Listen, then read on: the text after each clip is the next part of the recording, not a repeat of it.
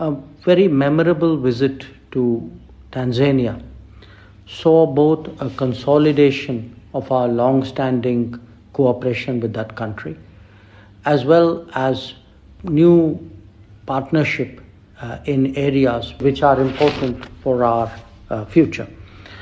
I was very warmly received by President Samia Hassan, and she was very much looking forward to the upgrading of our cooperation in different domains.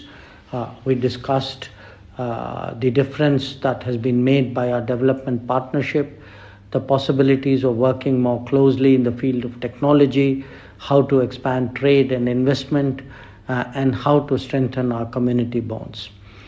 The 10th meeting of the Joint Commission between India and Tanzania took place during my visit, and my counterpart, Dr. Stergomena Tax, was a very, very effective co-chair. We really laid out what was a guide map for the future development of our partnership. I, of course, started the visit from Zanzibar, where I had a meeting with President Hussein Ali Muini, and in his presence, agreement was signed for the establishment of a campus of IIT Madras in Zanzibar. This is actually the first time that the Indian Institute of Technology brand is going out of India, and we are deeply committed to seeing the early realization of this project. Our expectation is that the classes could probably start by the last quarter of this year. Our development partnership with Tanzania is actually the largest in Africa, and the core of it is the water partnership. This water partnership, when completed, would cover 28 towns and bring drinking water to close to 8 million citizens of Tanzania. About half of it is done. I had an opportunity to see an ongoing construction in Zanzibar and a completed project close to Dar es Salaam.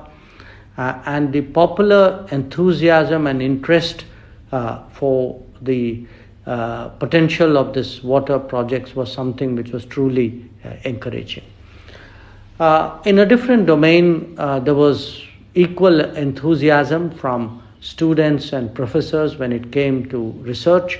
I went to the Dar es Salaam Institute of Technology, where there is a Param supercomputer in an ICT center that we support. There's a similar one in Arusha. And we, along with the IIT, these centers really represent today a collaboration with our eyes firmly set on future and on the development of human resources for it. Coinciding with my visit, the Indian naval ship Trishul visited both Zanzibar and Dar es Salaam. There was an on-board reception in Zanzibar to which President Muini was good enough to come. And again, the ship visit underlined what has been a long-standing collaboration, which also includes the hosting of an Indian military training team there. There was a business meet as well. There was a large business delegation which coincided with my visit, and a very open discussion about how we could increase trade and investment. But of course, business is very much supported by the diaspora, the Indian community, which has long been a bridge between the two societies and two economies. And their role was something which was very evident and deserves to be recognized.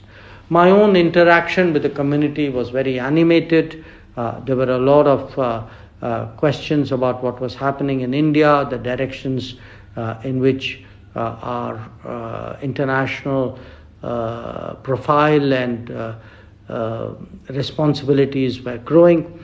And again, it wasn't just the community itself which underlined its association, but also a lot of Tanzanians, including ministers, the Speaker of Zanzibar, the tourism minister, many of the senior officials, and indeed the President herself, who had spent time in an Indian institution.